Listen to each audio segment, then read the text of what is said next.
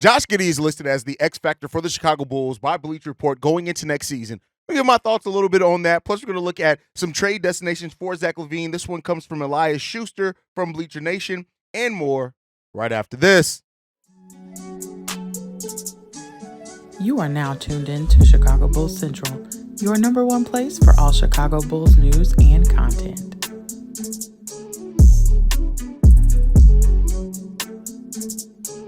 What's going on, Bulls fans? Welcome to another episode of Chicago Bulls Central, your number one spot for everything Chicago Bulls related. I'm the host, Haize, but more importantly, you guys can follow the channel at Bulls Central Pod on every social media platform we happen to be on.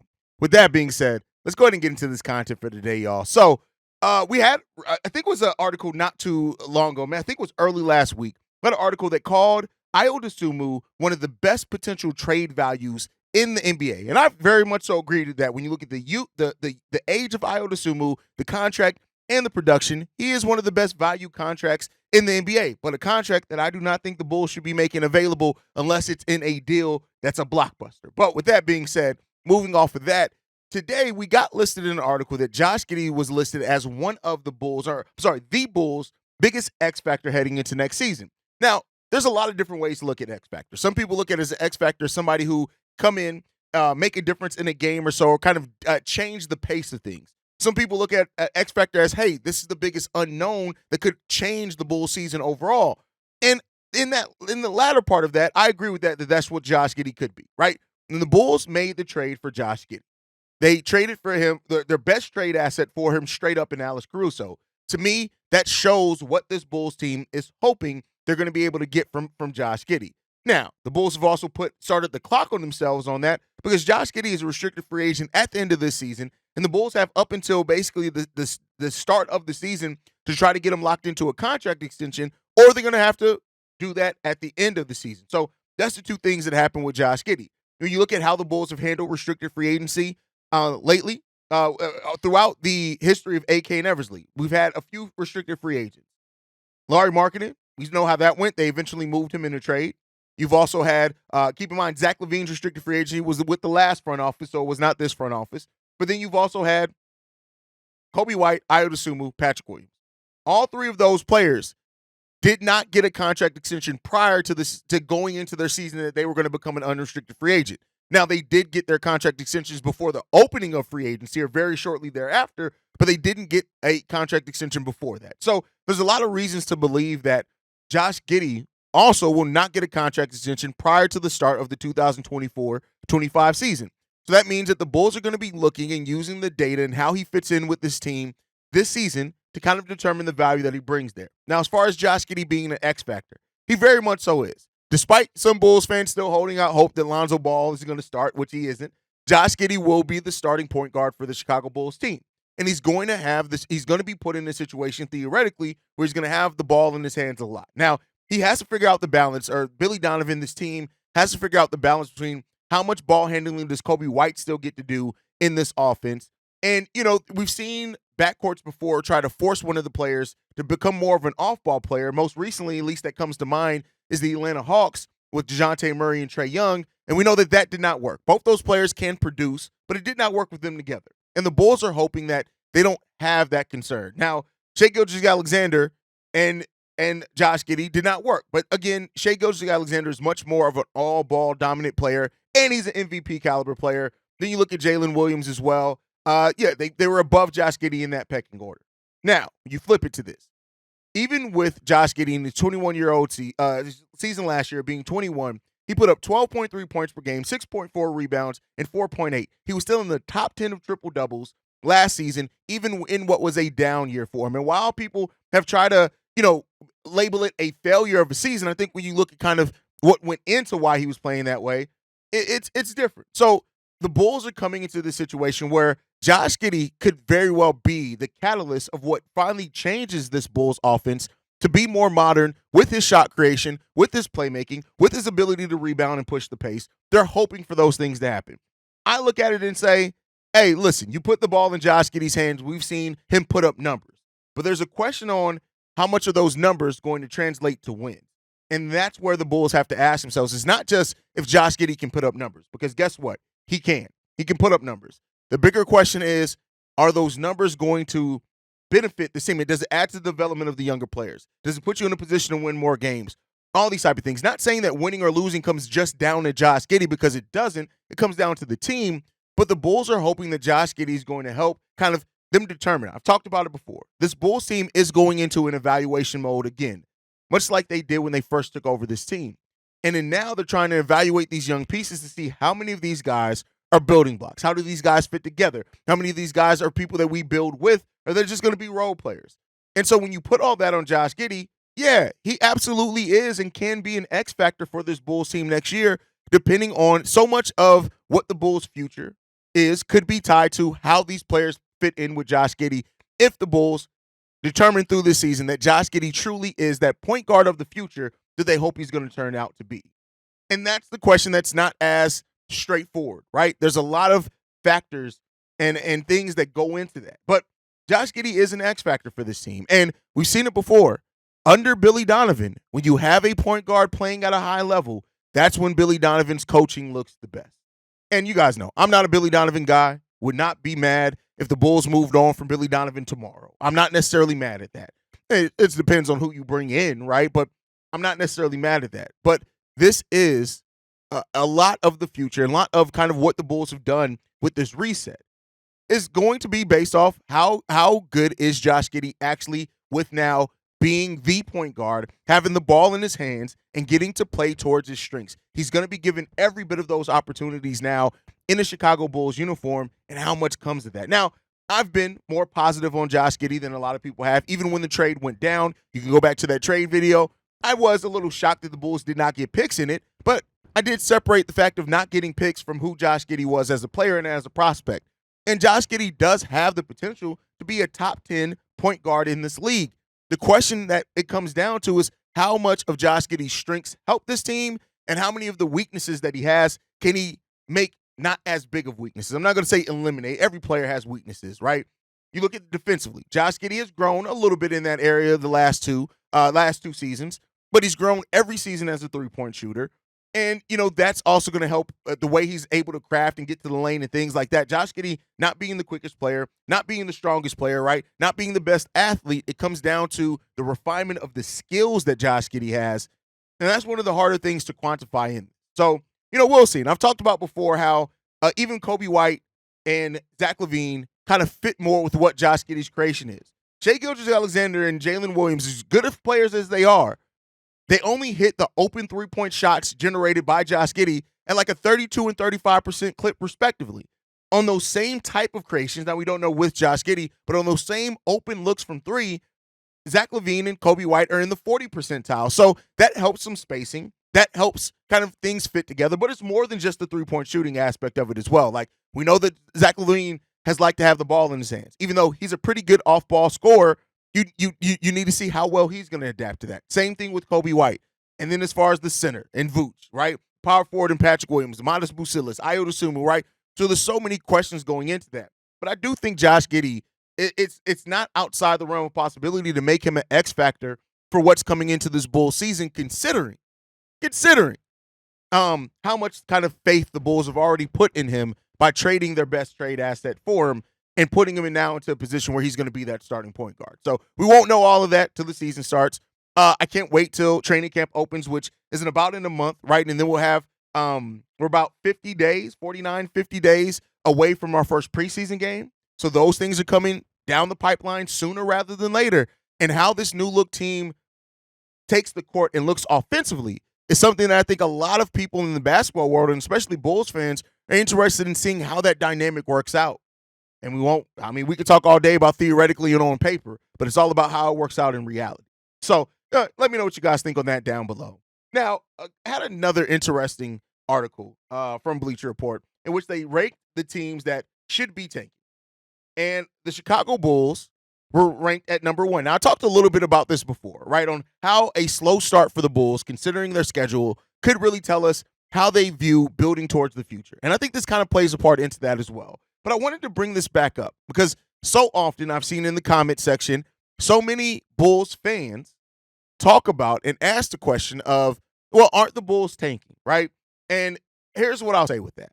The Bulls aren't necessarily tanking. until maybe it's the end of the season, right? And then you look at, like, for example, if this Bulls team throughout the first month of the season, I think they're going to be trying to win games for the entirety of the season. Let me be clear here. But if you get to the trade deadline and this team is looking like they're going to be closer to that projection of winning 28 games, I do think that the Bulls look to move Torrey Craig. They're probably going to look to do that anyway. I do think the Bulls at that point could very well look to move on from Nikola Vucevic. I do think the Bulls are going to hope that they get a trade on the table that Zach LaVine that they're going to end up wanting to take, right? All those things play a part into it. That I look at tanking differently, clearly, than everybody else. I think that tanking is something that you decide at the start of the season that you're trading off some of your better players that are still good now, right, for a chance to bottom out. I don't think this Bulls team is aiming to bottom out, and I don't think that they should. I think that there's a bad precedent set if you're not, even with a young developing core, if you're not trying to win. Mark Eversley's comments on they're not necessarily aiming for the play-in, they're not necessarily aiming for the top 6, but they feel confident in having a young group of players that they're focusing on developing. And to me, it's very hard to develop while you're actively trying to lose. So I don't think the Bulls are trying to tank specifically. I do think that the Bulls have built this roster in a way that it's going to tell, they're going to know what they're doing. Meaning that if this young squad steps up and develops in a way and these players make leaps, fine, we're going all in. We're going to try to see this thing through. We're going to aim for a playoff spot. If this team is looking like, hey, no, this 28-game projection is probably where we're going to be, I do think at that point the Bulls could make a decision to, all right, some of these veterans are going, I've told you guys before, maybe even some of the young players that maybe we don't see fitting on, where we keep a lot of the core, but maybe a Dalen Terry, maybe a Julian Phillips, maybe a lot Patim, maybe these guys end up being moved, right? But outright tanking is not something that I believe the Chicago Bulls are doing. I don't believe that they're just coming into the season saying, by any means necessary, we're trying to hold on to that top 10 pick. I don't think that they're doing that. I do think that they are hoping that this team is going to be better than what many people are expecting. But we got to see what the realization of that is going to be. And while we're arguing, I see Bulls fans arguing in the comment section whether we're tanking or not. At the end of the day, here's the thing: it's not in any of our control, and we can read the tea leaves as best we can and try to tell us what we think this team is doing, but it's all going to be told on the basketball court, and we're going to see. I don't think trading off like a player like Alex Caruso to get Josh Giddey, who is a young player that has tons of potential, necessarily indicates that we're tanking like some Bulls fans do. I do understand why that thought process is there, but I don't think that that's what the Bulls are setting out at the start of the season are doing. I think they're at the start. They're setting out to say, we want to see where these young guys get us. Do they develop? Do they take leaps? Are we able to stay around that play-in scenario? And if they get that answer, that's when things may change personally. I don't think the Bulls are tanking until they are. And that's the thing that comes down to it. Always looking back at it as the Dallas Mavericks season, not last season, the season before. That team was trying to win. When they made those moves in the trade for Kyrie Irving, they were trying to win then. Now, as the season went on, and you saw that Kyrie and Luka didn't quite, they needed more time to kind of figure out their balance. And by the last game of that season, that team absolutely looked at that and said, no, we're going to lose this game to maximize our chance to keep our top 10 pick. And they did that. They pulled out Luka, and then they ended up keeping their pick, which they then traded, used to package to get Derek Lively, which then helped them go on a run to try to get a championship. Now, I'm not saying that the Bulls are on that because we don't have a Luka, right? But I do think that that is a similar thing that we could see from the Bulls. Attempting, trying, fighting, competing, learning, putting in the effort, putting in the game plan, putting in that to try to win games. But by the end of that season, the season's looking ugly. That's where I think the Bulls can make that shift, and we'll see what comes out of that. But let me know what you guys think on that down below. Let's get into this next one. This one comes from Elias Schuster over at Bleacher Nation. He had teams that made the most sense to try to trade, to make a last-minute trade for Zach LaVine. Some of these teams I agree with, some I don't. We're going to talk about it. The first one that he had on this list was the Golden State Warriors. Now, the Golden State Warriors reportedly turned down the trade for Chris Paul for Zach LaVine almost straight up. At that point in time, and me seeing that, I thought my thought process at that point was the Golden State Warriors just aren't interested in Zach LaVine, something that we've heard continually going on, and I think that makes sense, right?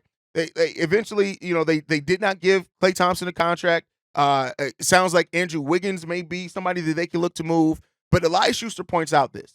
Whether it's a deal built around Kuminga Podziemski, Tracy Jackson Davis, or Moses Moody that the Warriors have built some young assets that they could look to move on or to bring in a veteran. Now, I don't think that the Warriors should be looking to move on from any of those guys. The Andrew Wiggins contract may be something that you look to pair with something else to move on from players. There have even been, I can't remember who came up with that. I think it was my boy Jamal over at Bull Central who had an episode on why the Warriors could make a trade for Nikola Vucevic. That was built around like Gary Payton III and some other things, or Gary Payton II. But the Warriors to me have been a team that just have not seemed like they're interested in the Zach LaVine market. And I get why they could make sense. You get in a player that in Zach LaVine that is pretty good at shooting off the ball, that could pair with an older Steph Curry who's still very productive, and the Warriors could look to crack that window open that they have with that young talent. But again, I don't necessarily see that being something. Yeah, we heard they could have looked to move to sign Lauri Markkanen. That's clearly not going to happen after he signed his deal. Also heard that they could have been interested in Paul George. That clearly didn't happen. But if the Warriors do see, let's say Kuminga makes another step this year, or Trace Jackson Davis makes another step this year, and they look at it and say, well, maybe we can move a Moses and an Andrew Wiggins. Maybe they do call. I just don't see it happening, especially per the title of this article, last-minute deal for Zach LaVine. I don't think anything happens. Next up, he had listed the Los Angeles Lakers. Now, this has been a team that's been rumored interested in Zach LaVine literally since Zach LaVine reportedly, either him and the Bulls agreed to explore other options or however it was worded. But this is a team that I think has just shown, yes, they're always willing to do something. And that's the thing that the Lakers are always willing to do something. And they're always willing to make a move. Now, we've heard that also that maybe they were exploring sending LeBron to the Warriors, which would have been crazy. But Anthony Davis there, right? The young player in Austin Reeves that they have there. The question that a lot of people ask when it comes down to the Lakers and their potential interest in Zach LaVine is, would they be willing to move off of Austin Reeves to get Zach LaVine? And it doesn't seem like they're going to want to. And I think that that's a right decision. Why trade for a player that has the contract that Zach LaVine does, unless you firmly believe that that's going to put you over the top of competing for a title and how he can pair with Anthony Davis and LeBron James. But, with LeBron James' retirement becoming closer and closer, which is something that Elias Schuster points out in this article, I just don't know if the Lakers make a move for Zach LaVine at this time. They may be willing to just let it play out. But again, it's the Lakers. You never know. They can be looking to make a deal at any point in time. So that's something that we'll see over the course of this as well. Again, I have my thought process on it. You guys can let me know what you guys think on it down below. Okay, with that said now, as well, let's go ahead and get into the last team that they have on this list, is the Los Angeles Clippers. Now, if any team on this list makes the most sense, I think it is the Clippers. And the reason why, Steve Ballmer is somebody who is not afraid to make big moves if he thinks it makes his team better. And with that new stadium opening, I do think the Clippers are going to be looking to do something by the trade deadline. Now, prior to the season starting, I don't necessarily think that. But we've seen Steve Ballmer. He said it. He's willing to spend whatever it takes to get this team a title. Now, the question is does Zach LaVine get them there?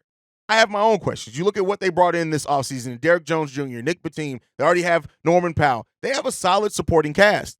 And able to bring in a Zach LaVine to that, we'll see. Like, having James Harden and Zach LaVine there, I don't know. Yes, James Harden is a good playmaker. He's always towards the top of triple-doubles. We know that he can pass if he's willing to take on that point guard role. We've seen James Harden thrive in that. But having a backcourt of James Harden and Zach LaVine seems like, to me, something that only happens in 2K. Now, I will continue to say, if any team on this list by Elias Schuster I could see doing something crazy, it is the Clippers because of the owner and Steve Ballmer. And that's the question that you have to ask yourself is, would that team get involved in something like that? I think that they would. I guess we'll see. But let me know, between the teams that Elias Schuster had listed as teams that could make a last-minute trade for Zach LaVine, the Golden State Warriors, the Los Angeles Lakers, and the Los Angeles Clippers, which one, if any, do you see could be a realistic destination for Zach LaVine? Let me know that down below. Again, to just kind of bring this all, I still think that Zach LaVine is going to be on the Bulls roster all the way up through the trade deadline and maybe even past it. I am starting to believe more and more that there's a high probability that Zach LaVine is on this roster by the end of the season. But let me know what you guys think. Now, before we go, of course, we got to talk about Lonzo Ball, who has said that now that he will be ready to go by the start of this. He will be on the court this season is what he said. He did not say by the start of the season, but he did iterate that fans can expect to see him on the court this season. Now, to see him back on the court is one thing, right? I think a lot of people have taken that now to mean, and they've taken almost everything that Lonzo said to mean that, oh, he's going to be ready to go, fully healthy. That means he's going to be right back to playing 20 minutes per game at the start of the season. No, he still has a long road ahead of him to be cleared. And even when he is, he's not going to play a lot. It does not seem. Now, if Lonzo Ball is ahead of schedule, let's say that he is cleared at some point this season, and he is able to play for the Bulls, how much can we realistically expect Lonzo to play? And what role can we expect him to play? The one thing about Lonzo, the basketball IQ is always going to be there. I know people have said, well, he's always going to be able to shoot. I'm sorry. Yeah, he's going to have the shooting ability, but still, in landing on that knee, you have to get that lift and separation with your knee. Defending takes a lot of lateral quickness and that surgically repaired knee. So those are things that I worry about. We know who Lonzo Ball was before he went out. I'm worried about how he will be as a defender. But the one thing, basketball IQ is always going to be there. And having that on the bench regardless is always going to help the team. And so Lonzo Ball being back on the court this season is not something I'm going to bet against. The question that I have is how much will he be on the court this upcoming season for the Chicago Bulls? And we won't know the answer for that until Lonzo Ball is absolutely fully cleared. And I'm sure he's hoping that that's going to be by training camp, right? He was cleared for 5-on-5 activity, which is 5-on-5 in a controlled training type scenario. And they already said that he's going to have benchmarks that he needs to hit before he's cleared. And so, the confidence is growing in Lonzo every time he talks about him getting back on the basketball court, which is great. And there's no longer, I don't think, a question on if he will get back. It's when will he get back and how impactful will he be once he gets back on that basketball court for the Chicago Bulls. And that's something that I'm interested to watch that story on. I can't wait to get that notification that Lonzo Ball is fully cleared and ready to go. And then to see, all right, when he gets in that first game, how does he look? How does he look in that first week? How does he look in that first month, right? How does he look at that point in time? Because, listen, I've said it before. One thing, getting something ripped away from you that you've earned, that you've had to fight for the privilege to play in the NBA, for it to be taken away when you should have been in your prime, it sucks. And Lonzo Ball has basically had 3 years taken away from him from the game of basketball that he absolutely does love. Let's see when Lonzo Ball does get back on the court and, what that does look like. But I wanted to give that update. Again, not a lot of substance there as far as like, did he clear another benchmark, anything like that. But Lonzo saying, hey, he will be back on the court this year. I'm going to take his word for it. Let's hope that we see him. But let me know what you guys think on this topic and everything down below. Make sure you guys are following the show at Bulls Central Pod. You can send us any feedback, questions, comments, concerns, bullscentralpod@gmail.com. Lastly, if you want to leave a text message and our voicemail for the mailbag, the number to do so, 773-270-2799. We're the number one spot for everything Chicago Bulls related, but that's thanks to you guys. And like I like to end every episode on, go Bulls. Love you guys. See red if you can, y'all. Peace. This has been a presentation of the Break Media.